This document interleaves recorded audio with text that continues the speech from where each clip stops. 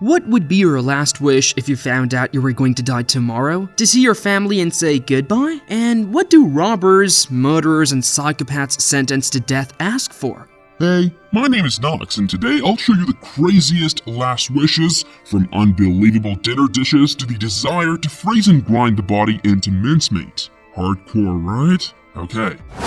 And let's start with John Henry Ramirez, who fatally wounded 45-year-old shopkeeper Pablo Castro during an attempted robbery, making off with only $124. Not much, huh? Despite surveillance camera records, Ramirez managed to evade the law for 3 years until he was arrested in 2007 at the Mexican border. In 2008, he was convicted of murder and sentenced to death. At the time of his arrest, Ramirez, then 22, already had a criminal record for serious offenses, including assault with a deadly weapon, burglary, and lewd behavior. He was running through the streets in a drug-induced haze. During the murder, he was also accused of other crimes, including burglary and another knife attack, but he was out on bail. Due to numerous legal complications, the trial dragged on for many years, but eventually, Ramirez was found guilty and received his death sentence. Ramirez admitted his guilt and accepted his punishment, but he requested that his prison pastor be allowed to touch him and send him on his way during the execution. The state initially denied this request, after which Ramirez filed a lawsuit. In March 2022, the Supreme Court granted his request, stating that denying the pastor's touch violated his freedom of religion.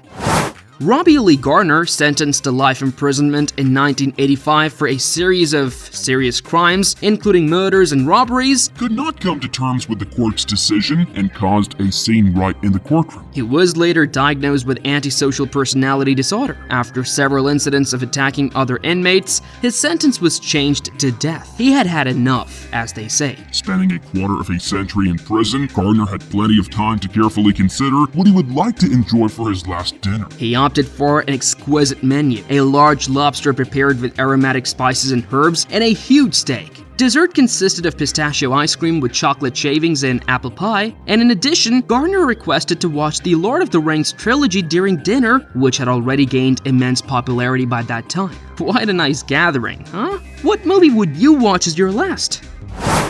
And what about a lesson before the death penalty? Richard Aaron Cobb, born on April 2, 1984, was only 18 when he and his accomplice, Banka Adams, robbed a store in Rusk, Texas. After the robbery, they forced two store employees and the only customer, Kenneth Van Dever, into a car in the parking lot and drove them to a secluded area. There, the criminals assaulted one of the employees, made the victims kneel, and brutally shot them before hastily fleeing. Unfortunately, Van Dever died from his wounds, but the two employees survived. Their testimonies helped quickly locate and apprehend the robbers, who by then had already celebrated their successful robbery. On January 23, 2004, Richard was sentenced to death and was executed by lethal injection on April 25, 2013. Before his death, he asked for a minute to speak. His last words were, "Life is death and death is life." I hope that someday this absurdity that humanity has come to will end. A few minutes after the lethal injection began, Richard exclaimed joyfully, "Wow, this is great! Thank you, guard!" And here's another unconventional request that I just have to tell you about. Robert Buell decided to stand out from many who sought to enjoy a lavish last meal. He asked for just one olive with a pit. This choice surprised the prison staff. Perhaps he particularly loved the taste of olives? However, after his execution, it became known that Buell had another unusual request. He wanted to be buried with this very pit in his pocket. Why did he make such a choice? It turned out that Buell had a dream to be reborn as a tree, a sort of reincarnation and redemption of sins. According to his plan, the olive pit could sprout in the ground where he would be buried. However, despite his hopes and desires, the tree never grew. Apparently, it didn't earn it, but believe me, this isn't the strangest wish yet. You'll definitely be surprised by it.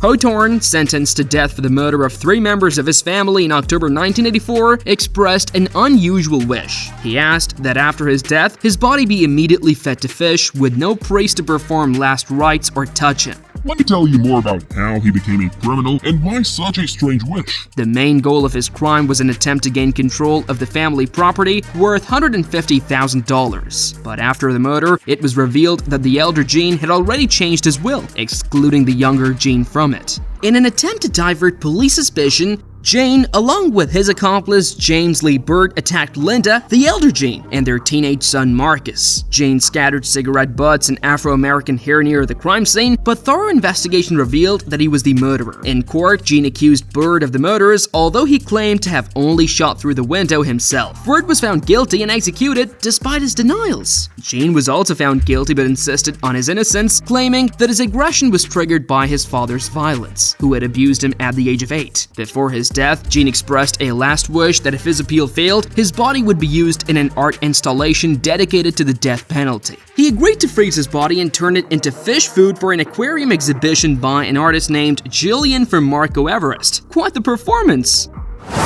Thomas Arthur was convicted of the murder of Troy Wicker in 1982 in Muscle Shoals, Alabama, and was sentenced to death, which ultimately took place only on May 27, 2022. What did he do and why did he wait so long? Thomas came to the attention of law enforcement after Troy's wife, Judy, testified in court that she paid Thomas $10,000 to kill her husband in 1977. He insisted he was not involved. According to Thomas's lawyer, the prosecutor accused him of the husband's death, so he couldn't escape the death penalty and get parole for just taking the hit. Since 1983 on death row, Arthur had avoided execution several times, making him one of the longest-serving inmates there. The situation became concerning due to how Arthur wanted to die. Accepting his fate, he asked to be executed by firing squad, unlike the more traditional method of lethal injection, as he believed the drugs used for lethal injection caused suffering. But what kind of firing squad can there be in a cultural and democratic country like America? Arthur was refused, and the sentence was carried out by lethal injection.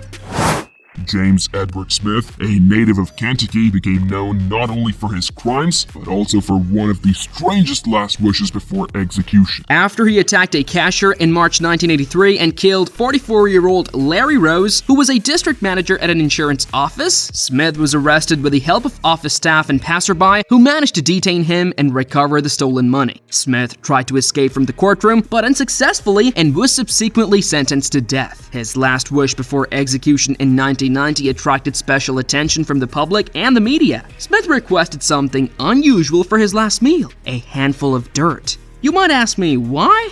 Okay. He believed that consuming earth would help him reincarnate, as he adhered to the voodoo rituals. However, authorities refused to grant such a strange request, and Smith was executed without his last wish being fulfilled. Strange selectiveness, I must say. Some are fed treats and delicacies, while others are denied a handful of dirt? Agreed?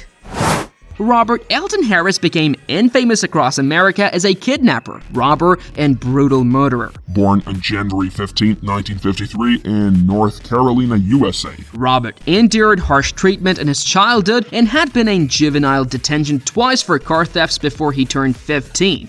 At 22, Robert, together with his brother Daniel, kidnapped a car containing 2 teenagers, Michael Baker and Joan Mayeski. Now, they forced the boys to drive them to a secluded area where they were simply shot dead. But the brothers didn't stop there. They used the car to rob a bank and as a means for subsequent escape. Fortunately, they were soon apprehended and charged with kidnapping, carjacking, and robbery. Robert was found guilty on 2 counts of kidnapping and 2 counts of first-degree murder and was sentenced to death. Unlike him, his brother Daniel was convicted of kidnapping and received 6 years in prison. He didn't shoot the victims, but he didn't try to stop his mad brother either. Legal proceedings dragged on, and Robert's execution was postponed 3 times. But on April 21, 1992, he was sent to the gas chamber at San Quentin Prison. Before his death, he decided to ask for a minute to speak, as if a philosopher awakening to the essence of being. Robert Harris's last words were, "You can be the king or a simple sweeper, but everyone dances with the reaper." What depth of thought, right?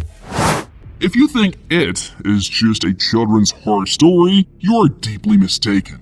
Let me tell you a story that even gave me goosebumps. The character Pennywise in this movie found its real-life prototype in John Wayne Gacy. Gacy was a successful businessman and respected member of society who occasionally performed as a clown at children's parties. He skillfully used various masks and makeups to conceal his true nature, a real personality. Even his wife, and the wife of US President Jimmy Carter, with whom their families were friends, didn't suspect. Can you imagine? Gacy definitely manipulated children, luring them into his home under the pretext of offering them alcohol and marijuana. He would then make them participate in his perverse assault games. If a victim refused, Gacy would transform into a clown and start demonstrating various tricks, including with handcuffs. First, he would put them on himself, showing how easy they were to remove, and then he would suggest the victims try the same. However, once trapped, they became the subjects of his violent abuse. Gacy hid the remains of the murdered victims in his house, in the walls and floor, and sometimes dumped them in the nearby river. In the end, this serial killer took the lives of 33 young people, including several teenagers. Before his execution, Gacy ordered his last meal, which, despite his horrific crimes, looked quite ordinary. Fried shrimp, french fries, strawberries, and KFC chicken wings. This choice might seem not as elaborate for a person with such a vivid imagination as Gacy's, but I wouldn't even give him that.